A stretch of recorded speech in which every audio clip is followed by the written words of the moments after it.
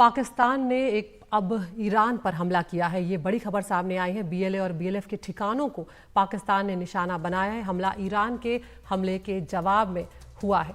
Iran ने हमले की पुष्टि भी यहां पर कर दी है। पाकिस्तान ने ईरान से संयम बरतने की अपील की है। सूत्रों के हवाले से ये जानकारी मिल रही है। अपनी जवाबी कार्रवाई के बाद अपील की कि अगला ऐसा कोई कदम न उठाए जिससे माहौल और बिगड़े। तो दोनों देशों के बीच तनाव जो है वो बढ़ता जा रहा है। हम जानते हैं कि इससे पहले ईरान ने मंगलवार को पाकिस्तान पर हमला किया था और उसके बाद अब पाकिस्तान ने यहाँ पर जवाबी कार्रवाई की है। उमा शंकर सिंह के पास हम चलते हैं, यहाँ पर हमारे सीनियर एडिटर के पास। उमा, ये मामला अब पेचीदा होता चला जा रहा है यहाँ पर, क्योंकि ईरान ने हमला किया। ईरान का तर्क यहाँ पर ये था कि उसके ऊपर लगातार हमले हो रहे थे सीमा से और इसलिए उसने ये अपनी सेल्फ डिफेंस में इस तरह का कदम उठाया। अब यहाँ पर पाकिस्तान ने जवाबी कार्रवाई कर दी है और यहाँ पर अब अपील भी करता हुआ नजर आ रहा है पाकिस्तान की अब ऐसा कुछ ना करे जिससे माहौल बिगड़े। तो किस तरफ बढ़ता हुआ ये मामला आपको नजर आ रहा है? जी देखिए, अभी अभी पाकिस्तान विदेश मंत्रालय की तरफ से बयान आया है। उस बयान में इस बात की तस्दीक की गई है कि पाकिस्तान की तरफ से इस तरह का जो स्ट्राइक है वो ईरान में किया गया है और इसी में इस बात का जिक्र भी किया गया है कि किस तरीके से चाहे बलूचिस्तान लिबरेशन फ्रंट हो या बलूचिस्तान लिबरेशन आर्मी हो, वो उसके खिलाफ कार्रवाई करने को पाकिस्तान कहता रहा है और किस तरीके से इन संगठनों के से पाकिस्तान को खतरा है।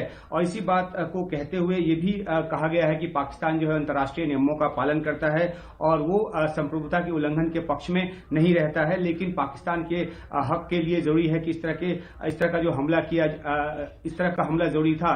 जाहिर सी बात है कि जिस तरह से ईरान की तरफ से हमला हुआ उसके बाद पाकिस्तान चुप नहीं रह सकता था। उससे उसकी और इज्जत जो है वो घटती, क्योंकि हमने देखा कि किस तरह से उसामा बिन लादेन जो है वो पाकिस्तान की जमीन पे मारा गया। पाकिस्तान कुछ नहीं कर सका। अमेरिका ने उसकी जमीन पर आकर हमला किया। भारत ने बालाकोट में हमला किया। पाकिस्तान की तरफ से कोई रिटेलिएशन नहीं हुआ और अब इस मौके पर भी पाकिस्तान की तरफ से रिटेलिएशन नहीं होता तो एक गलत संदेश पाकिस्तान को लगता है कि दुनिया में जाता, इसलिए उसने एयर स्ट्राइक किया है और इस बात की पुष्टि भी की है।